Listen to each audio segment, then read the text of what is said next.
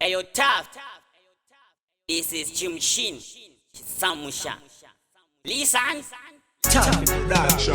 Ubenyu Ishana flexible. Father I wonder. Ndekubude kwemusodzi kuriko kuvuma. Skuta shamwari yangu daita kavuma. Nenamuse tongita kungoguma.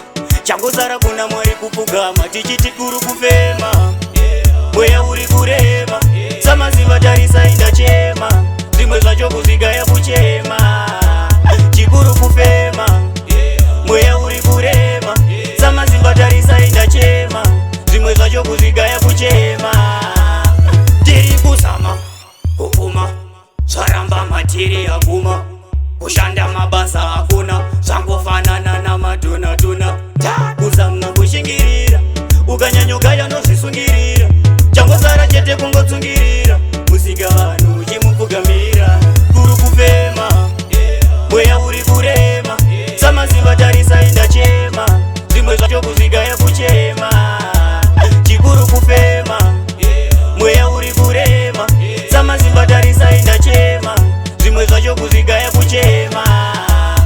Minduro yako mwari inononoka. Mapinde kupfugama atosuka. Zimwe nguva nehasha ndinokumbuka. Ndichigaya asi mwari mandituka. Kunyangwe zvinhu zvacho pazorema.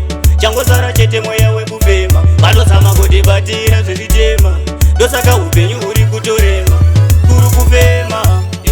Mweya uri kurema. Samaziva tarisa indachema. Zimwe zvacho kuzigaya kuchema. Chikuru kufema. Mweya uri kurema.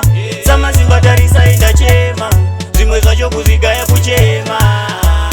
Tiri kuzama kufuma. Zvaramba matiri aguma. Kushanda mabasa hakuna. Zvangofanana na madhuna-dhuna. Kuzama kushingirira. Ukanyanyogaya nozvisungirira. Changozara chete kungotsungirira. Musika vanhu uchimupfugamira. Kuru kufema. Mweya uri kurema. Samaziva tarisa indachema. Zimwe zvacho kuzigaya kuchema. Chikuru kufema. Mweya uri kurema. Samaziva tarisa indachema. Zimwe zvacho kuzigaya kuchema.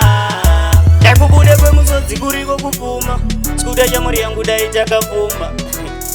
Mauwani Kalalife Mauwani.